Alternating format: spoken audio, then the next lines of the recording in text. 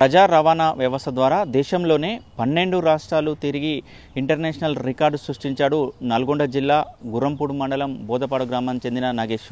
ఆ ప్రస్తుతం ఆయనకు ఆలోచన ఏ విధంగా వచ్చింది, ఎన్ని రాష్ట్రాల్లో తిరిగారు, ఎలాంటి మెడల్స్ వచ్చే అంశాలు తెలుసుకోవడానికి ప్రస్తుతం మనతోటి నాగేష్ ఉన్నాడు. నాగేష్తో అడిగి మరిన్ని వివరాలు తెలుసుకునే ప్రయత్నం చేద్దాం. నాగేష్, ఏంటి మొత్తం కూడా నీ ప్రయాణం మొత్తం ఎలా కొనసాగింది? హలో సార్, నా పేరు జే నాగేష్. నాది మార్పున విలేజ్ సార్ మాది. మా అమ్మ నాన్న నాకు ఎంతో సపోర్ట్ చేశాడు సార్. నేను 12 రాష్ట్రాల్లో పర్యటించి నేషనల్ రికార్డ్ సార్, 14 రాష్ట్రాల్లో పర్యటించే ఇంటర్నేషనల్ రికార్డ్ సార్.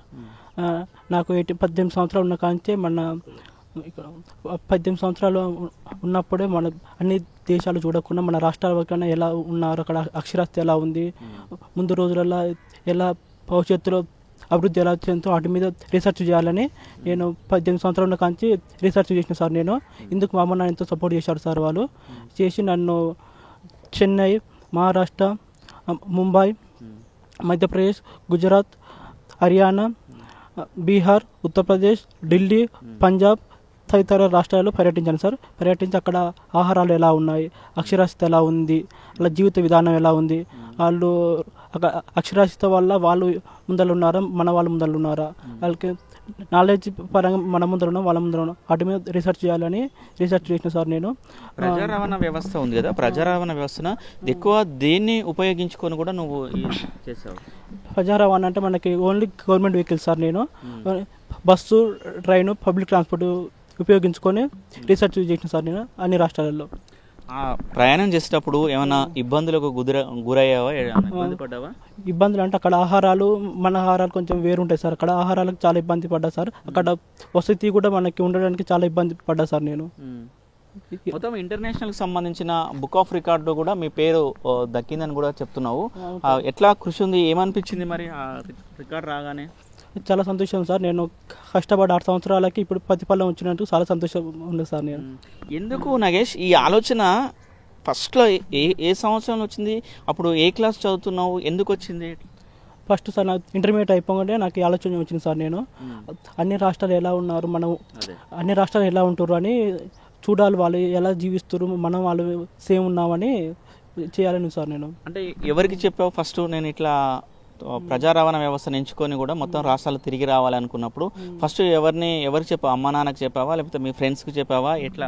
మా అమ్మ నాన్న మా అన్నయ్యకి చెప్పిన సార్. నేను ఏమన్నారు మరి అప్పుడు? వాళ్ళు చేస్తేనేమో నీకు వెళ్ళాలని ఉంటే వెళ్ళు, అక్కడ ఆహారాలు వాటి గురించి మంచిగా తెలుసుకో నువ్వు ఇంకా అని చెప్పారు సార్ వాళ్ళు. మంచిగా అంటే మొత్తం కూడా ఎక్స్పెండిచర్ పోవాలని కూడా ప్రజా రవాణా వ్యవస్థలో ఎక్స్పెండిచర్తో కూడుకున్న పని. మరి ఆదాయ వనరులు మొత్తం ఎట్లా సమకూర్చేది, ఎవరు సమకూర్చారు? మా అమ్మ నాన్న వాళ్ళే సార్. వాళ్ళు ఏం చేస్తారు? అమ్మ నాన్న ఏం చేస్తారు? వ్యవసాయం చేస్తారు సార్. వాళ్ళు మారుమూల విలేజ్ సార్. మాకు రోడ్ సౌకర్యం కూడా మంచిగా లేదు సార్. అక్కడ బస్ సౌకర్యం కూడా లేదు సార్. అది మేము స్కూల్ పోతాప్పుడు సైకిల్ మీద పోయి అక్కడ చదువుకున్నాం సార్, హై స్కూల్ వరకు. ఓన్లీ మనం ఇక్కడ వరకే మన లైఫ్ అయిపోతే బాగోదు, మొత్తం మన ఇంటర్నేషనల్ వరకు మన పేరు వెళ్ళిపోవాలి, మన ఊరికి ఏదో ఒకటి సహాయం చేయాలి, మన దేశానికి మంచి పేరు తేవాలని ఇలాంటివి చేసిన సార్. నేను ఇవన్నీ చేసావు, ఆలోచన చేసి నువ్వు వెళ్ళావు. వచ్చిన తర్వాత కూడా నీకు ఇంటర్నేషనల్ అవార్డు వచ్చింది.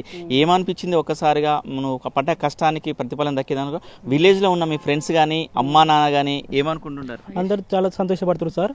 మా విలేజ్ నుంచి వెళ్ళి ఇంటర్నేషనల్ నేషనల్ వరకు పేరు వచ్చింది, ఇతను ఇంకా చాలా సాధిస్తాడని ఎంకరేజ్మెంట్ కూడా ఇస్తారు నాకు అందరూ.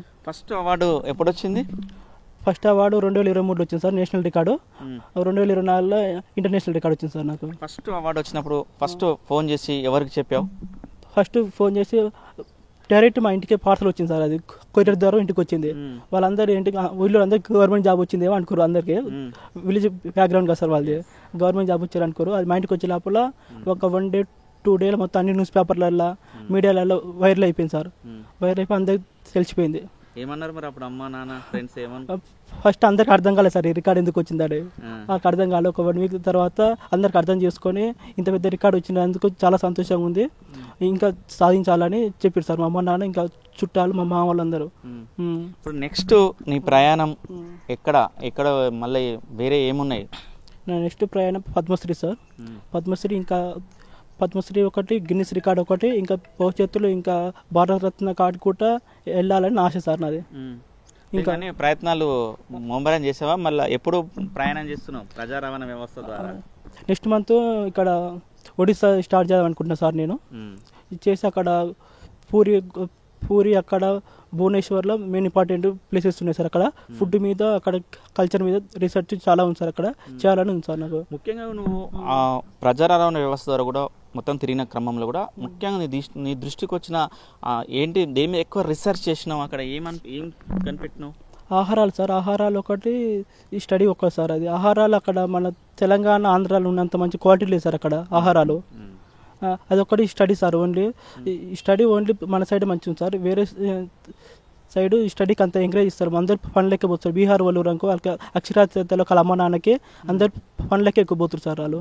అక్కడ వాళ్ళకి ఏమన్నా సూచనలు ఇచ్చావా, ఇలా చదువుకోవడం వల్ల ఫ్యూచర్ బాగుంటుంది అని కూడా? అంటే రీసెర్చ్ చేసావు కదా, రీసెర్చ్లో భాగంగానే అక్కడ వారికి ఏమన్నా సూచనలు సలహాలు ఇచ్చావా? అవును సార్, నేను రీసెర్చ్ చేస్తున్నాను. అందరు వచ్చారు సార్. అక్కడ ఉన్న వాళ్ళు చదువుకు అందరూ వచ్చారు. అక్కడ మీరు ఎక్కడ అన్ని అడిగారు చెప్పి వాళ్ళు అన్నీ రాసుకున్నారు సార్. రాసుకొని ఇంకా మీ లెక్క మీరు రీసెర్చ్ చేయాలంటే ఏమేం చేయాలని చెప్పారు సార్ వాళ్ళు. వాళ్ళకి చెప్పిన ఇప్పుడు ఫుడ్ మీద ఏదో ఒకటి కల్చర్ మీద వేసుకొని మీరు మీ ఏజ్ చూసుకోవాలి. నా ఏజ్ నాకు 18 years నుంచి చేసిన. మన 18 yearsలో మనకి ఇండియాలో ఎవరు లేరు, వరల్డ్లో ఎవరు లేరు. ఏజ్ ఒక్కటి చూసుకోవాలి. మీకు బయట నాలెడ్జ్ కూడా ఒకటి ఉండాలి. ఆహారాలకి అన్నిటికీ అలవాటు పడాలి అని చెప్పిన సార్ వాళ్ళకి. నువ్వు 18 సంవత్సరాలు ఉన్నప్పుడే బయలుదేరినావు. భయం అనిపించలేదా? అంటే 18 సంవత్సరాలు అంటే చాలా చిన్న ఏజ్, అమ్మా నాన్నతో ఉండే ఏజే. అప్పుడు మొత్తం రాష్ట్రాలు తిరగాలని వెళ్తున్న క్రమంలో ఏమైనా భయం అనిపించిందా? ఫస్ట్ చెన్నై వెళ్తేప్పుడు భయం అయింది సార్ నాకు.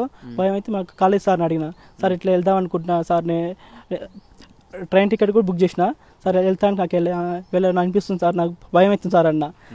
అట్లేమో నాగేష్ వెళ్ళిపో ఒకసారి అని చెప్పిండు సార్. ఆ రోజుతోటి మొదలుపెట్టిన సార్. అప్పటి నుంచి ఇప్పటిదాకా ఒక్కటి కూడా ఆగింది ఏం లేదు సార్. నేను భయం లేదు, ఎక్కడికైనా వెళ్ళిపోతా ఒక్క నేను. Next target Guinness record Padmashri sir తీసుకొని దేశానికి ఇంకా సేవలు చాలా అందించాలని ఉంది సార్ నాకు. మొత్తం కూడా ఒక నల్గొండ జిల్లా బిడ్డ ఇంటర్నేషనల్ బుక్ ఆఫ్ రికార్డు సృష్టించినప్పుడు ఏమనిపిస్తుంది? మొత్తం నల్గొండ జిల్లాకు, ఇటు తెలంగాణ మొత్తానికి యువతకి ఏం చెప్పదలుచుకున్నావు? యువతకు అంటే మనం ఒక్కటి ఓన్లీ స్టడీ వరకే పట్టుకొని కూర్చుంటే బాగోదు. స్టడీ కాకుండా ఎక్స్ట్రా స్కిల్స్ కూడా ఉండాలి మనకి. ఆటలలో కానీ ఇట్లా రీసెర్చ్ వల్ల కానీ ఉండాలి. ఓన్లీ స్టడీ ఒక్కటి పట్టుకుంటే మనది లైఫ్ అక్కడికి అయిపోతుంది. మనము ఉన్నా లేకపోయినా 10 మందికి మన గురించి తెలవాలంటే మనం ఏదైనా రీసెర్చ్ ఇలాంటివి చేయాలి, తర్వాత స్టడీ అని అనుకుంటున్నా సార్. నువ్వు ఏదైతే ప్రజా రవాణా వ్యవస్థ కూడా తిరుగుతున్న క్రమంలో కూడా ఫ్రెండ్స్కు కాల్ చేస్తుంటారా, మాట్లాడుకుంటారా? ఫోన్ చేస్తారు. అంటే నేను ఇంటికి వచ్చిన తర్వాత ఎలా వెళ్ళినావు, అక్కడ ఎలా ఉంది ఫుడ్ అని చెప్తారు సార్. కొంతమంది మా ఫ్రెండ్స్ వాళ్ళ చెన్నైకి ఇలా పోతారుగా, ఎలా వెళ్ళాలి అని అడుగుతారు సార్ ఫోన్ చేసి, ఎక్కడ ఉండాలి అని చెప్తా సార్ వాళ్ళకి. అంటే నువ్వు ఆల్రెడీ మొత్తం రీసెర్చ్ చేసినావు కాబట్టి ఐడియా ఉంటుంది, వాళ్ళకు కూడా సలహాలు సూచనలు ఇస్తా సార్. నేను మా ఫ్యామిలీ మెంబర్స్ కూడా చెప్తా చాలా మందికి. ఇప్పుడు మళ్ళీ అదేనా, లేకపోతే ఏమైనా జాబ్ టైంలో ఏమైనా జాబ్ కొరకు వెతుకులాడుతున్నావా, లేకపోతే ఏంటి? అయితే సార్ ఇప్పుడు గవర్నమెంట్ జాబ్లో కూడా కావాలి కాబట్టి మనకి ఒక అమౌంట్ ఊరికి అమ్మ నాన్న మీద ఆధారపడకుండా మనం కూడా ఫ్యూచర్ల కోసం వాళ్ళకి ఏజ్ ఉన్నంత వరకు వాళ్ళు పెడతారు సార్. తర్వాత వాళ్ళు పెట్టలేరు కాబట్టి గవర్నమెంట్ జాబ్ కూడా వాటి కోసం ప్రిపరేషన్ అవుతుంది సార్. నేను ఇంకా జాబ్ వచ్చిన తర్వాత ఇంకా నేషనల్ మొత్తం తిరగొచ్చు, అన్ని దేశాలలో చూడవచ్చు అని కూడా ఉంది సార్ నాకు. అలా ఉంది. రైట్. మొత్తంగా కూడా ఆ నగేష్ చెప్తున్న పరిస్థితి మొత్తం కూడా నేను 18 సంవత్సరాలు ఉన్నప్పుడే మొత్తం కూడా వివిధ రాష్ట్రాల్లో అక్కడ ఉన్నటువంటి ఆహార పదార్థాలు కానీ అదేవిధంగా స్టడీ కానీ ఏ విధంగా ఉంది, స్టడీ చేయాలన్న ఉద్దేశంతో కూడా నా ప్రయాణం ప్రారంభించానని కూడా చెప్తున్నా. ఎప్పటి వరకు కూడా ఎక్కడ కూడా వెనకాడుగు వేయకుండా కూడా వెళ్తూ తిరుగుతూ కూడా ఇప్పటికీ 12 రాష్ట్రాల వరకు కూడా తిరిగినటువంటి పరిస్థితి కనపడుతుంది. మొత్తం ఇంటర్నేషనల్ బుక్ ఆఫ్ రికార్డు కూడా నాకు వచ్చిందని కూడా చెప్తున్నారు. ఫ్యూచర్లో కూడా మరిన్ని రాష్ట్రాలు వేరే దేశాలు తిరిగి కూడా మొత్తం కూడా రీసెర్చ్ చేసి చేయాలనే ఆలోచన ఉందని కూడా ఆ నగేష్ చెప్తున్నట్టు పరిస్థితి ఉంది. మరియు మరిన్ని ముందుకు వెళ్ళాలని కూడా ఆర్టీవీ కోరుకుంటున్న పరిస్థితి కనపడుతుంది. వీడియో జర్నలిస్ట్ కృష్ణతో అచ్యుత్, ఆర్టీవీ నల్గొండ.